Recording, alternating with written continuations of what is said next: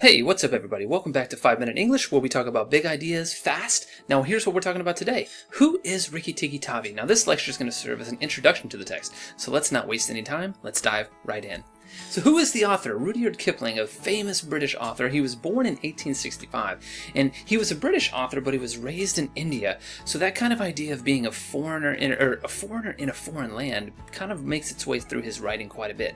Now he wrote The Jungle Book, which you're probably familiar with from the Disney cartoon, and they actually made a live-action movie of it as well in 1894. And his stories are known for adventure, empire, and animal fables, which you're definitely going to see in this text, Rikki-Tikki-Tavi. Now, this story is one story in the larger collection of the Jungle Book. So the Jungle Book has many, many short stories, and this is just one of those short stories. So let me give you a quick summary of the story. Picture a young mongoose, like this creature that you see here in this image, and he's rescued by a British family living in India. Now he wakes in a garden, but it's filled with danger. There's deadly cobras that threaten the family, and Rikki decides to fight and protect them. So that's kind of a general rundown of the story.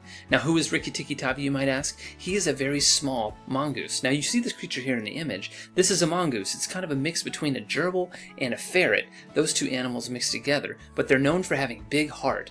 Now Rikki in the story, he's curious, clever, quick, and he's very protective of his new human family. So he's not really just a pet. He actually becomes more like a hero in the story. So, can he be considered a hero? Rikki is as a hero. He's so small, he's a mongoose. How could he possibly be a hero? Well, he's an outsider who enters a troubled world. That's the first thing. He faces dangerous enemies, Nag and Nagiana, and he fights for justice and protection, and this earns him respect and a place within the family. So in a lot of ways, this small little mongoose does in fact become a hero throughout the duration of the story. Now, what does Rikki represent? All stories, you must start thinking about literature as not just stories, but as bigger, deeper meanings and representations. He becomes a symbol, and he becomes a symbol of courage in the face of fear, loyalty to protect others, action over hesitation, and an interesting moral clarity in a dangerous world, which we're going to talk about more in some of our upcoming lectures.